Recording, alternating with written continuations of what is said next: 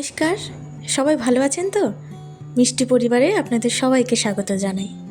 আজকে শুরু করলাম যেখান থেকে শেষ করেছিলাম আগের ব্লগটা। বিকেল বিকেল হয়ে এসেছিল সন্ধে গড়ার আগে পর্যন্ত, ঠিক সেই সময় থেকেই আবার পরের ব্লগটা শুরু করছি।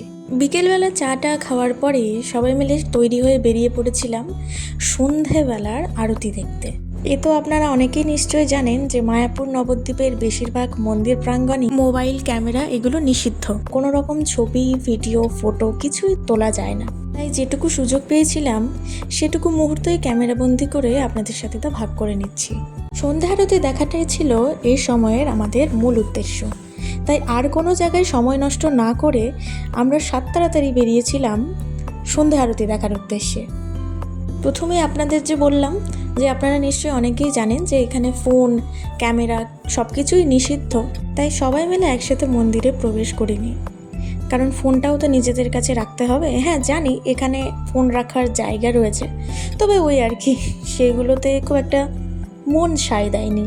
তাই প্রথমে ঠাম্মারা গিয়েছিল, আর পরে আমি আর ছোট মানুষরা, মানে আমি আর আমার দুই বুনু। তারপর ইসকনের ভেতরে বিভিন্ন রকমের ভেজ রেস্টুরেন্ট দেখতে পেয়েছিলাম, আর তার মধ্যে থেকে কিছু স্ন্যাক্স আমরা নিয়েছিলাম। এখানে নিয়েছিলাম বাটার পটাটো মোমোটা ভালো ছিল, তবে আমাদের টেস্ট বাডসের সাথে একদমই ম্যাচ হয়নি, সেটা আলাদা কারণ। আর নিয়েছিলাম এখানে মশালা ডোসা তো যেরকম হয় অ্যাজ ইউজুয়াল সেরকমই ছিল, তবে ভালোই ছিল।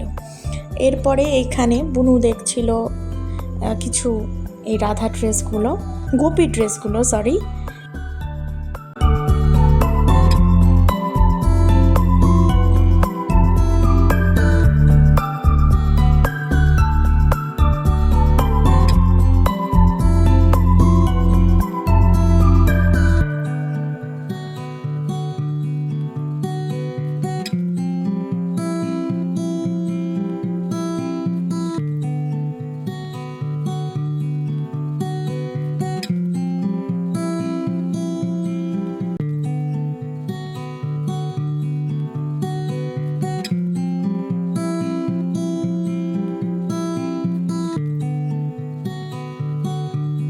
প্রত্যেকটা দোকানেরই কালেকশনগুলো খুব ভালো ভালো ছিল জানেন, আর ব্লাউজগুলোও ছিল একদমই রেডিমেড বানানো।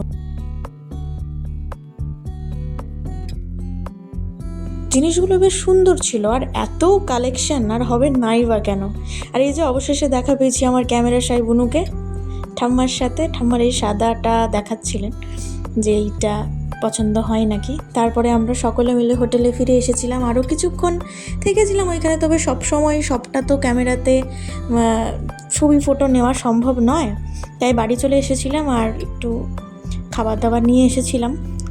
তাই সবাই মিলে এখানে খাওয়া দাওয়া চলছে, আর খাওয়া দাওয়ার সাথে চলছে মানে সেরাভাবে গল্প গুজব যেটাকে বলে। আসলে একসাথে এরকমভাবে সবাই তো খুব একটা হই না, সবাই মিলে একসাথে, তাই তুমুল আনন্দ। আমরা এত আনন্দ করেছি এই মাত্র একটা দুটো দিনে, মানে সেটা বলার নাই, সারা জীবন মনে রাখার মতো আনন্দ। এই ওই রকম কথা বলছে, সে তার রকম কথা বলছে, আর হেসে গড়াগড়ি খাওয়া, এটাই তো ফ্যামিলির মুহূর্ত বলুন। পরের দিন সকালবেলা ভোরের আরতি দেখার জন্য সবাই ভোর উঠে গিয়েছিলাম এবং চলে গিয়েছিলাম ভোরের আরতি দেখার উদ্দেশ্যে। তবে তখন ফোনটা হাতে করে আর নিয়ে নি জানেন, কেউই নিয়ে যায়নি, কারণ আবার সেই ফোনের জন্য একজন একজন করে যাওয়া, আবার দাঁড়ানো, সেই সমস্ত কিছু আর তখন মনে হয়নি। সবাই একসাথে গিয়েছিলাম, দেখেছিলাম, মন ভরে রাধারানীকে, শ্রীকৃষ্ণকে দেখেছিলাম, আর শুধু উপভোগ করেছি সেই মুহূর্তটা। ফোন নিয়ে আর যাইনি, তাই সে এমনিতেও তো সেই সময়টাতে আর ফোন অ্যালাউ করবেন না তারা, তো সেই জন্য আর নিয়ে যাওয়া হয়নি। তাই ফিরে আসার পথে আপনাদের সবাইকে আবার পরের দিনের গুড মর্নিং, শুভ সকাল। প্রথমটাতেই তো দেখালাম যে এই দিনের সকালবেলার এই যে ইসকনের মন্দিরটির অপরূপ দৃশ্য। এরপরেই সেইখান থেকে ফিরে এসে খেয়েছিলাম সবাই চা যদি না হয় তাহলে বাঙালির কেন, প্রত্যেকটা ভারতবাসীর কাছেই সকালের চা এক অমূল্য সম্পদ।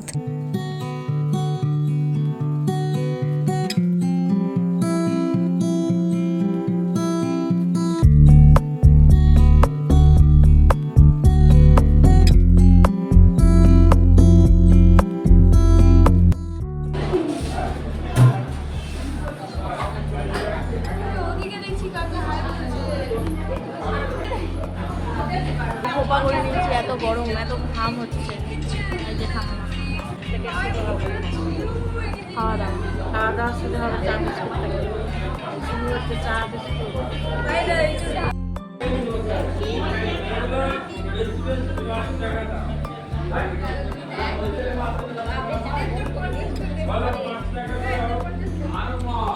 কেমন করছে চাটা? কেমন যা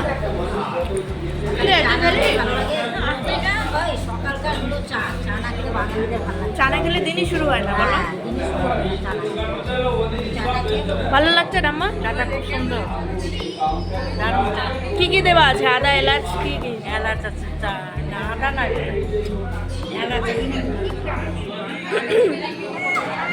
ভাই বিকেলি চাই পিলি, চাই পিও বিস্কিট খাও, চাই পিও, চায়ের পেট চা হচ্ছে, চায়ের পেট চা হচ্ছে। চা বিস্কুট খাওয়ার পরে সবাই মিলে ঠিক করেছিলাম এরপরে ঘুরবো পুরো মায়াপুরের বিভিন্ন রকম যে মন্দিরগুলো সেইগুলোতে। তাই যেমন ভাবা তেমন কাজ, ঠিক করে ফেলেছিলাম টোটো। এরপরে সবাই একসাথে বসে বেরিয়ে পড়েছিলাম বিভিন্ন মন্দির পরিদর্শনে। এইখানকার রাস্তাগুলো এত সুন্দর আর অনেক গাছ দেখতে পেয়েছিলাম। তার সাথে ছিল অপরূপ ওয়েদার, মেঘলা মেঘলা করেছিল সকালটা, আর তারপরেই করেছিল বেশ সুন্দর খটখটে রোদ, নীল আকাশ আর ভাসা ভাসা মেঘ। গল্প করতে করতে পৌঁছে গেলাম প্রথম মন্দিরে। তবে এখানেও ক্যামেরা অ্যালাউ ছিল না, তবে যেটুকু জায়গায় অ্যালাউ ছিল সেটুকু জায়গার ক্লিপ করেছি, আপনাদের সাথে তা ভাগ করে নিলাম। তাহলে দেখতে থাকুন।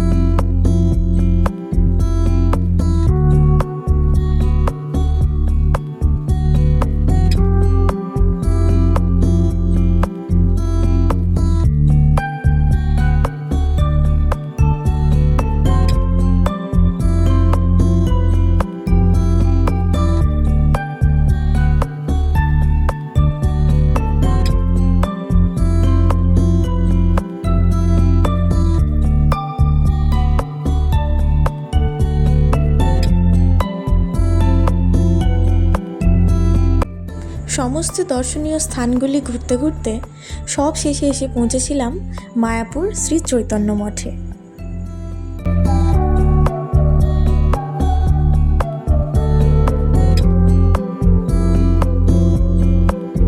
চৈতন্য মঠে প্রবেশ করার সাথেই দেখতে পেলাম পাশে প্রচুর স্পাইডার লিলির গাছ।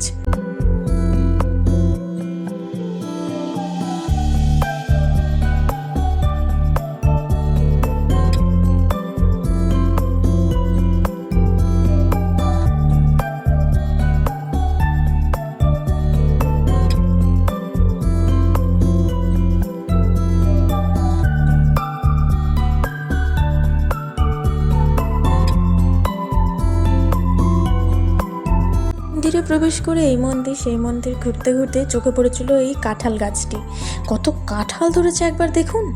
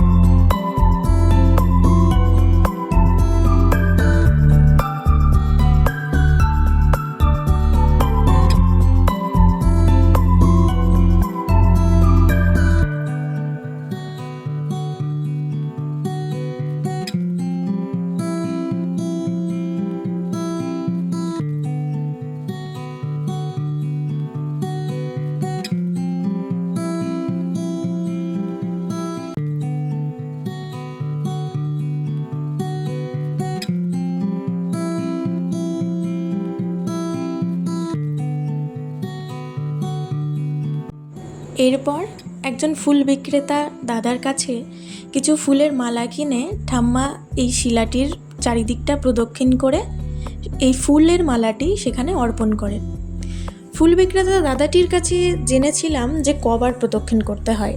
উনি বলেছিলেন 3 বার, এবং তারপরে একবার প্রদক্ষিণ করে মালাটি অর্পণ করে দিতে হয়। তার সাথে গল্প করতে করতে এই পুকুরের ব্যাপারে জানলাম। জানেন, এই কুণ্ডে নাকি মাছগুলি নিজে থেকেই হয়, এবং এই মাছগুলি যখন মারা যায় এনারা নাকি সেই মাছগুলোর সমাধি দেন। শুনে বেশ আশ্চর্যচকিত হয়েছিলাম। আরও অনেক গল্পই করেছিলাম এনার সাথে। তাহলে সমস্ত রকম ঘোরাঘুরির পরে, মন্দির প্রদর্শনের পরে এখানে বুনুরা কিনছিল কিছু জিনিসপত্র তাদের পছন্দ মতো। এরপরে ফিরে গিয়েছিলাম হোটেলে। এই যে আপনাদের কিছুক্ষণ আগে বললাম না যে খটখটে রোদ এবং ভাসা ভাসা মেঘ, ঠিক এই ওয়েদারটার কথাই বলেছিলাম। এরপরে সকলের রুমে ফিরে যে যার মতো ফ্রেশ হয়ে স্নান করে সবাই চেক আউট করি। তবে যাওয়ার আগে আপনাদেরকে একবার রুম ট্যুরটা দিয়ে দিই। 2টো বেড ছিল, ওপরে সিলিংয়ে 2টো ফ্যান এবং বেডের পাশে 2টো জানালা ছিল। এরপর ছিল অ্যাটাচ বাথরুম, আর পাশে ছিল একটি ছোট মিরর, আর মিররের পাশেও একটি জানলা ছিল।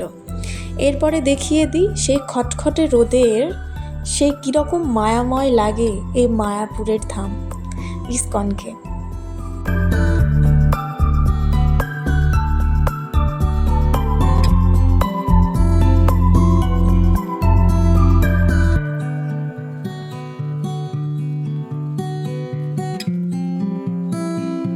এরপরে করলাম চেক আউট, উঠে পড়লাম টোটোতে। এরপর নবদ্বীপ যেতে হবে তো।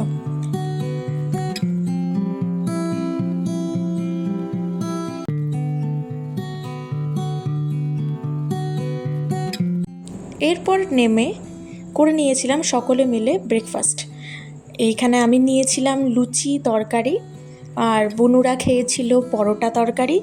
আমি, মিনি আর ঠাম্মা খেয়েছিলাম লুচি, আর দুটো বুনি ওরা দুজনে খেয়েছিল পরোটা।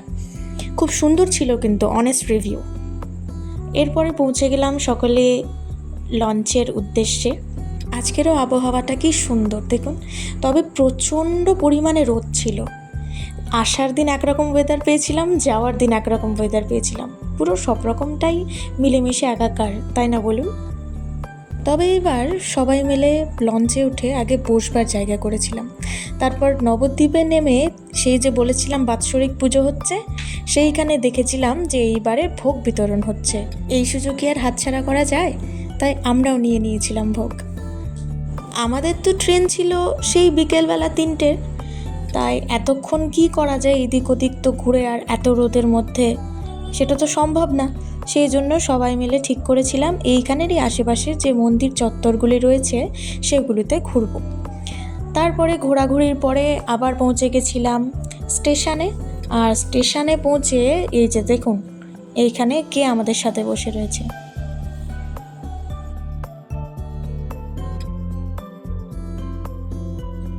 কালকেই আমরা এই সময়ে ভোগ খাবার পরে ইসকন মন্দিরে ঘোরাঘুরি করছিলাম, আর আজকেই দেখুন ট্রেনের জন্য স্টেশনে বসে আছি।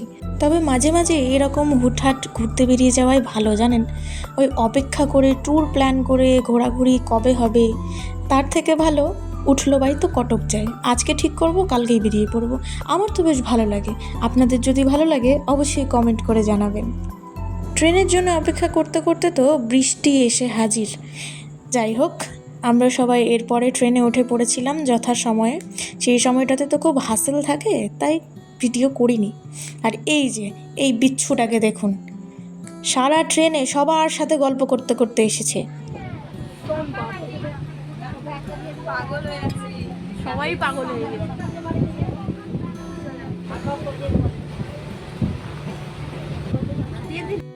চোখে ঠান্ডা লেগে যাবে বলে এখন চাদর পরে নিই। চাদর না, ওর না। তুমি ভুলে কিভাবে গেলা তোমার ওষুধ? আমার ওষুধটা ভুলে গেছি, তোদের বাড়িতে আসা